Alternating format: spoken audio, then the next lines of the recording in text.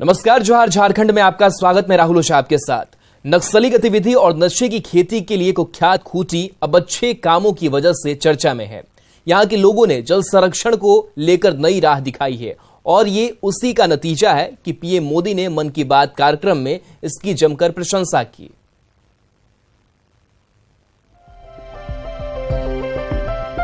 खूंटी की ख्याति अब फैल रही है। दरअसल यहाँ एक खामोश क्रांति चल रही है, जिसके जरिए सूख रही नदियों और जल स्रोतों को नया जीवन मिल रहा है। और ये लोगों के सामूहिक प्रयास का ही नतीजा है कि पीएम नरेंद्र मोदी ने मन की बात के 101वें एपिसोड में इसकी दिल खोलकर प्रशंसा की। पहले सुनिए पीएम मोदी ने मन की बात में क्या कुछ कहा। पानी के सदुपयोग से जुड़ा एक प्रेरक प्रयास झारखंड के खूंटी जिले में भी हो रहा है। खूंटी में लोगों ने पानी के संकट से निपटने के लिए बोरी बांध का रास्ता निकाला है। बोरी बांध से पानी इकट्ठा होने के कारण यहाँ साग सब्जियां भी पैदा होने लगी हैं। इससे लोगों की आमदनी भी बढ़ रही है और इलाके की जरूरतें भी पूरी हो रही हैं। जन भागीदारी का कोई भी प्रयास कैसे कई बदलावों को साथ लेकर आता है, खूंटी इसका एक आकर्षक उदाहरण बन गया है। मैं यहाँ के लोगों को इस प्रयास के लिए बहुत बहुत बधाई देता हूँ। खूंटी में सामूहिक प्रयास और श्रमदान से 300 से अधिक बोर बांध बनाए गए हैं और ये उसी का असर है कि भीषण गर्मी में भी तपती हुई नदियों में पानी मौजूद है। सैकड़ों गांव के जल स्रोतों में पर्याप्त पानी मिल रहा है। खेतों की सिंचाई, मवेशियों के चारा पानी के साथ ही आम लोगों के लिए भी पानी की कमी नहीं है। यहाँ वेलफेयर सोसाइटी संस्था और ग्राम सभा जिला प्रशासन के सहयोग से अभियान चल रहा है। पेशे से पत्रकार अजय शर्मा इसके सूत्रधार हैं। इधर इस अभियान की तारीफ खुद डीसी भी करते नहीं थकते। गाँव वालों ने यहाँ पे एक लंबा बोरी बांध का निर्माण किया है और हमको लगता है खूंटी जिले में अभी तक का सबसे बड़ा बोरी बांध है। इसका जो कैचमेंट एरिया काफी बड़ा है और जो पानी का स्टोरेज है वो भी आने वाले समय में बहुत ज्यादा होने वाला है। तो हमको लगता है बहुत अच्छा इनिशिएटिव है और ये इनिशिएटिव हमको जिले भर के लोगों को भी दिखाना चाहिए ताकि किस तरह से सामूहिक नेतृत्व को आगे बढ़ाते हुए अगर ग्राम सभा चाहे तो इस तरह से वाटर बॉडी को कंजर्व कर सकते। इस अभियान के तहत नदियों नालों पर जगह जगह बोरियों से बांध बनाकर बेकार बह जाने वाले पानी को रोका जा रहा है। अब तक 300 से अधिक बांध श्रमदान कर बनाए जा चुके हैं। वहीं अभियान की वजह से ही इलाके में नदियों से बालू के अवैध उत्खनन पर रोक लगी है। एक तरफ जहां श्रमदान से सामुदायिकता की भावना मजबूत हुई है, वहीं दूसरी समस्या के समाधान की भी राह निकलने लगी है। खूंटी के लोगों की ये पहल जल संरक्षण की दिशा में न केवल मील का पत्थर साबित होगी, बल्कि जल संकट से जूझ रहे दूसरे जिलों के साथ ही दूसरे राज्यों को भी नई राह दिखाएगी। खूंटी से न्यूज़ 18 के लिए निरंजन सिंह की रिपोर्ट।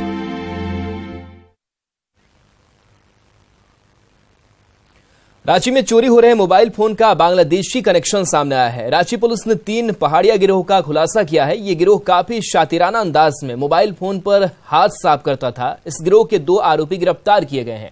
वहीं 4 नाबालिग को भी डिटेन किया गया है। मोबाइल की चोरी के लिए गिरोह ने बच्चों को ट्रेंड कर रखा था, जो भीड़ भाड़ वाले इलाके में लोगों की जेब से मोबाइल उड़ा लेते थे, जिसके बाद 2 आरोपी उससे बांग्लादेश तक पहुंचा दिया करते थे और वहां के बाजार में इनकी धड़ल्ले से बिक्री भी होती थी।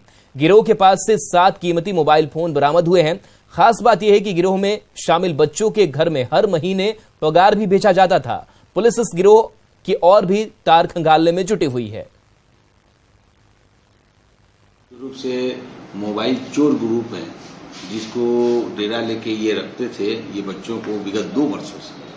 और बहुत कीमती ये जो मोबाइल देख रहे हैं, आईफोन भी है यहाँ पे। इस ढंग की मोबाइल चोरी हो रही है और चोरी करके ये लोग यहाँ से ले जाते हैं और गिरोह के अन्य सदस्य और फिर वहाँ से बांग्लादेश ले जाने वाली भी टीम अलग है। वहाँ आती है टीम, पेमेंट करती है इनको और पेमेंट करके फिर जो भी यहाँ से मोबाइल चला जाता है। गिरिडीह में सक्रिय बाइक चोर गिरोह बच्चों के जरिए चोरी करवा रहा है। एक बाइक की चोरी कर उसे निर्धारित स्थान तक पहुंचाने के लिए नाबालिगों को 2000 रुपए की मजदूरी भी दी जाती है। नगर थाना पुलिस ने इस गिरोह का खुलासा किया है। पुलिस ने चोरी की बाइक के साथ 2 नाबालिग को पकड़ा है, जिन्हें हजारीबाग रिमांड होम भेजा गया। वहीं उनकी निशानदेही पर गिरोह के मास्टरमाइंड कारू शर्मा के घर छापेमारी की गई। मुफस्सिल थाना क्षेत्र के झगरी में उसके घर से चोरी की 7 बाइक के साथ 12 मास्टर की और बड़े पैमाने पर गाड़ी के पार्ट्स जब्त किए गए। वहीं मास्टरमाइंड फरार हो गया, जिसकी तलाश में छापेमारी जारी है। सूचना पर नगर थाना प्रभारी श्री राम नारायण चौधरी और उनके साथ पुलिस अवर निरीक्षक अमित कुमार, पुलिस अवर निरीक्षक पंकज दुबे और टाइगर मोबाइल के जवानों के साथ घटनास्थल पहुंचे और स्थानीय नागरिकों के सहयोग से एक मोटरसाइकिल चोर को पकड़ा गया रंगे हाथ। 5G के जमाने में झारखंड में 65 लाख परिवार को सरकारी राशन का वितरण 2G नेटवर्क के भरोसे है। यही वजह है कि ग्रामीण इलाकों में नेटवर्क प्रॉब्लम की वजह से गरीबों को समय पर सरकारी राशन नहीं मिल पाता है। हालांकि खाद्य आपूर्ति विभाग के मंत्री रामेश्वर उरांव ने अगले 4 से 5 माह में 4G या 5G नेटवर्क के तहत जन वितरण व्यवस्था संचालन का भरोसा दिलाया है।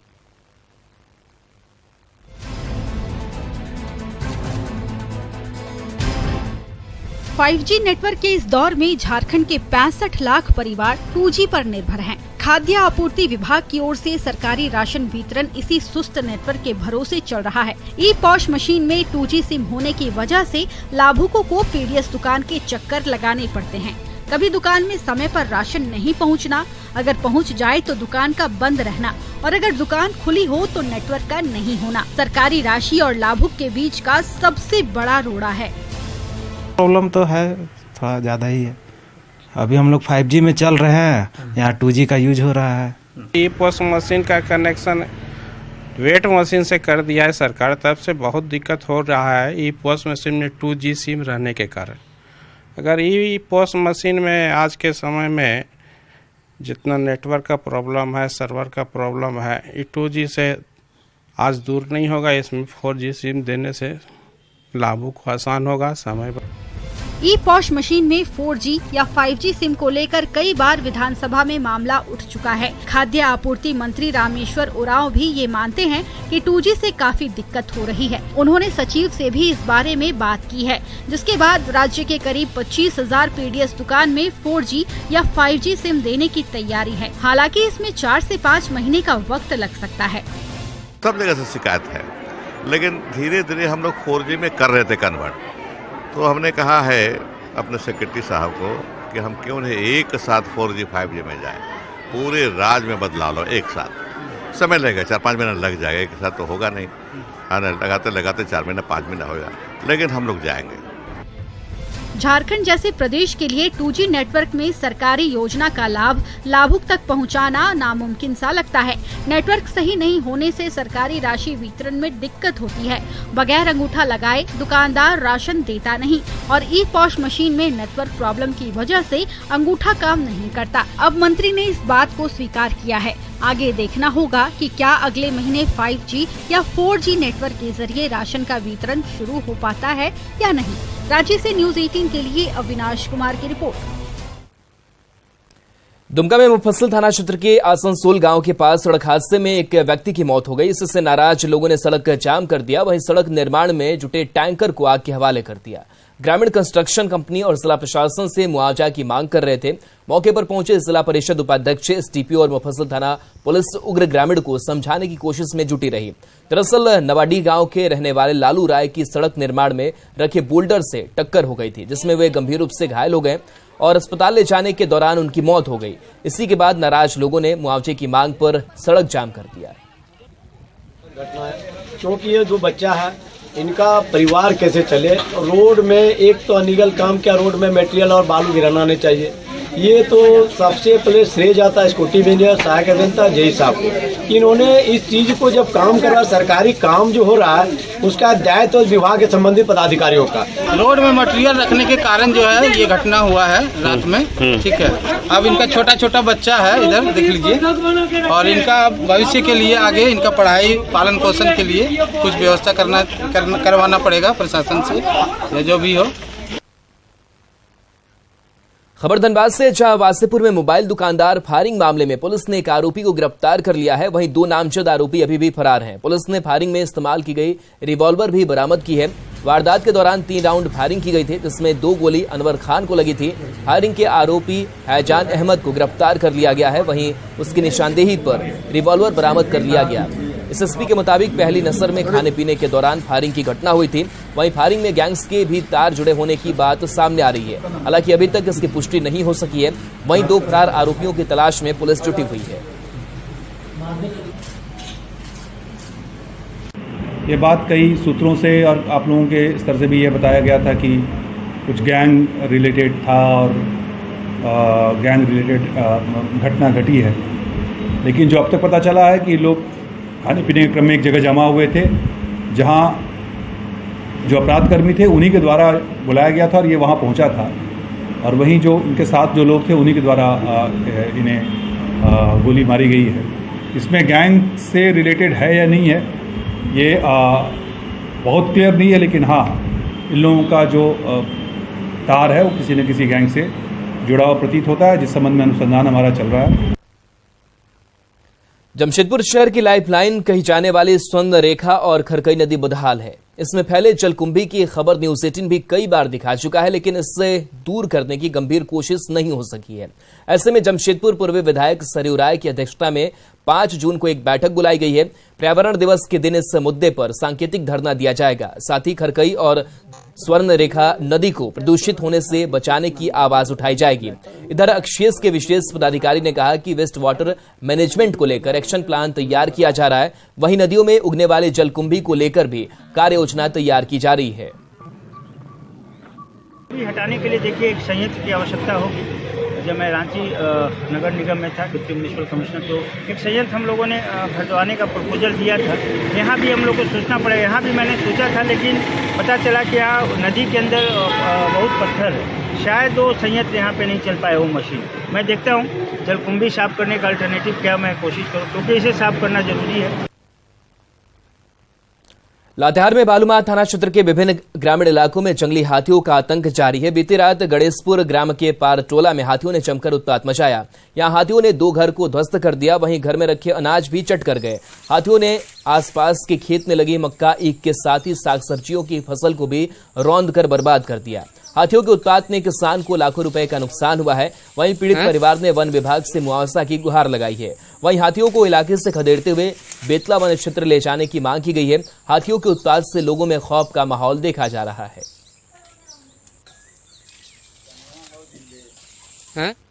खबर साहिबगंज से, जहां एक देवर ने कुल्हाड़ी से काटकर भाभी की निर्मम हत्या कर दी। मिर्चा चौकी थाना क्षेत्र में खैरवा पंचायत के डुंगरी टोला गांव की घटना है। पुलिस ने आरोपी डेट बाबू हांसदा को गिरफ्तार कर लिया है। बताया जा रहा है कि डेट बाबू के पिता की शनिवार शाम मौत हो गई थी। इसी दौरान शव के पास पहुंची रोती बिलखती भाभी को आरोपी ने कुल्हाड़ी लेकर खदेड़ना शुरू कर दिया और फिर गर्दन पर वार कर उसकी जान ले ली। डायन बिसाई की आशंका में हत्या की बात सामने आ रही है। पुलिस पूरे मामले की छानबीन में जुटी हुई है।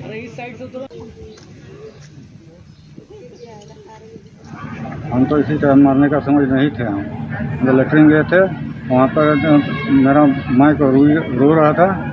उस आवाज़ से मेरा पुत्र तो गया है, वहाँ पर गया है तो रो रहा था। तो उसका मेरा देव बाबू को आया है तो मरना शुरू हुआ घर में। तो वहाँ से भाग रहा था मेरा पत्नी, वह तो दूर कर पकड़ के मर रहा था, पहाड़ से मरा। कौन वाला है? 3 से मरा। गिरिडीह में रेलवे ट्रैक पर शव पड़े होने की वजह से गिरिडीह मधुपुर पैसेंजर ट्रेन को 2.5 घंटे तक गिरिडीह रेलवे स्टेशन पर ही रोक कर रखा गया। इससे नाराज यात्रियों ने गिरिडीह स्टेशन के बुकिंग काउंटर में रेलकर्मियों से पैसे के रिफंड की मांग की। इस दौरान काउंटर पर तोड़फोड़ की गई, जिसमें काउंटर का शीशा टूट गया। हालांकि कुछ यात्रियों की पहल के बाद मामले को सुलझा लिया गया और 2.5 घंटे के देरी से पैसेंजर ट्रेन रवाना हुई। जो है ट्रेन करीब जो है 2 घंटा से बाधित है, गिरिडीह स्टेशन में रुकी हुई है। तो सर मैं ये जानकारी सुबह वाली ट्रेन जो है, तो मैं ये जानकारी करना चाहा हूँ कि नियम के अनुसार तो देखा जाए तो ट्रेन तो सुबह वाला कैंसिल हो गई है, तो यात्री को पूरा पैसा रिफंड क्यों नहीं हो रहा?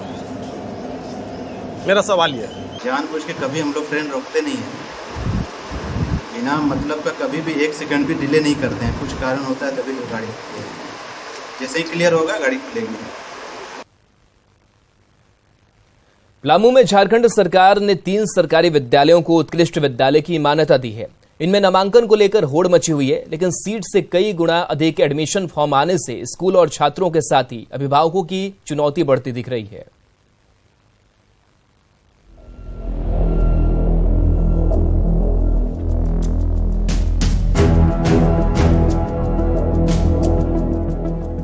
सरकारी स्कूलों में भी सीबीएसई पैटर्न पर शिक्षा देने के लिए झारखंड सरकार ने स्कूल ऑफ एक्सीलेंस के लिए 80 स्कूलों का चयन किया है, जिसमें 6ठी से लेकर 12वीं तक की पढ़ाई होगी। इसे लेकर 30 मई को एंट्रेंस एग्जाम है।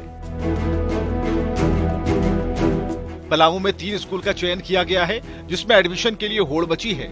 सीट कम होने और फॉर्म अधिक होने से स्कूल में एडमिशन थोड़ा कठिन लग रहा है। हालांकि उत्साह की कोई कमी नहीं है। बहुत उत्साह है, अभिभावकों में भी बहुत उत्साह है, हमारे शिक्षक कर्मी में भी बहुत उत्साह है कि अब सरकार का यह कदम बहुत ही सराहनीय है और गुणवत्तापूर्ण शिक्षा बच्चों को मुफ्त में मिलेगी। वहीं शिक्षक भी बेहतर विकल्प के लिए ऐसे स्कूलों की संख्या बढ़ाने पर जोर दे रहे हैं, ताकि अधिक से अधिक छात्र इसका लाभ उठा पाएं। बच्चे जागरूक है, उत्साहित है और विद्यालय में पढ़ने को इच्छुक है और हम लोग से भी पूछा जाता है इसके बारे में। हम लोग भी जानकारी देते रहते हैं बच्चों को। और अगर भविष्य में ज्यादा से ज्यादा विद्यालय की संख्या बढ़ाई जाएगी तो और बच्चे लोग लाभान्वित होंगे, इसमें और लोगों को फायदा मिलेगा। निजी स्कूलों की मनमानी से त्रस्त अभिभावकों के लिए ये स्कूल संजीवनी से कम नहीं दिखता। कम खर्च में बेहतर शिक्षा का विकल्प मिलने से ये स्कूल लोगों की पहली पसंद बनते जा रहे हैं। अभिभावक और बच्चों के दिमाग में ये चीज घुस चुका है कि उत्कृष्ट विद्यालय होने का मतलब है कि हमें निजी विद्यालयों जैसा व्यवस्था मिलेगा, अच्छा पढ़ाई होगा और हर तरह से सुविधाओं से लेस जो आज के ये तकनीकी युग में हम लोग जो जी रहे हैं उस व्यवस्थाओं के साथ पढ़ाई होगी और हम लोग आगे बढ़ेंगे। सरकारी स्कूलों में बेस्ट क्वालिटी एजुकेशन को लेकर झारखंड के साथ ही पलामू में भी छात्रों और अभिभावकों को इंतजार है 30 मई का। देखना होगा कि स्कूल में किसका एडमिशन हो पाता है, क्योंकि सुनहरा भविष्य छात्रों का इंतजार कर रहा है। पलामू से न्यूज़ 18 के लिए नील कमल की रिपोर्ट।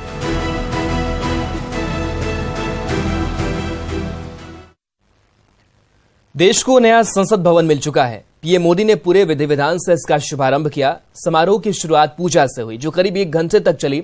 नए संसद भवन के उद्घाटन के लिए हवन हुआ। पीएम मोदी पूजन हवन के बाद सेंगोल के सामने दंडवत हुए। साथ ही संसद भवन में सेंगोल की स्थापना की। प्रधानमंत्री नरेंद्र मोदी नए संसद भवन के उद्घाटन समारोह पर 75 रुपए का नया सिक्का भी जारी किया। आदिनकर्ताओं, गुरु महासन्निधानों और तंबिरान स्वामीगणों है सबको स्वागत करते हैं। आदिनों देश की नई संसद के उद्घाटन पर बीजेपी के राष्ट्रीय उपाध्यक्ष रघुवर दास ने पीएम मोदी का आभार जताया है। वहीं विरोधियों की ओर से सवाल खड़ा करने पर जोरदार हमला बोला। उन्होंने कांग्रेस के साथ ही विरोध कर रही क्षेत्रीय पार्टियों को गुलाम मानसिकता से पीड़ित बताया।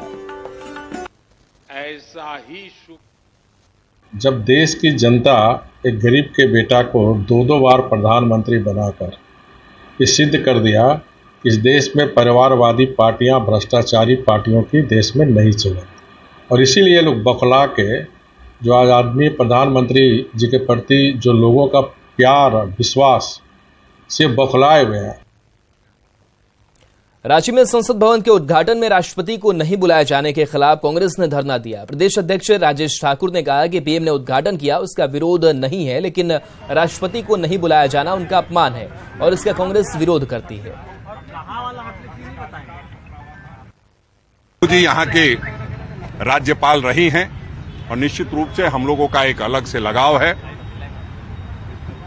और जब इस संसद भवन का शिलान्यास हुआ था तब रामनाथ कोविंद जी राष्ट्रपति थे, न तो उनसे शिलान्यास कराया गया, न उद्घाटन अभी राष्ट्रपति महोदया द्रौपदी मुर्मू जी से कराया गया।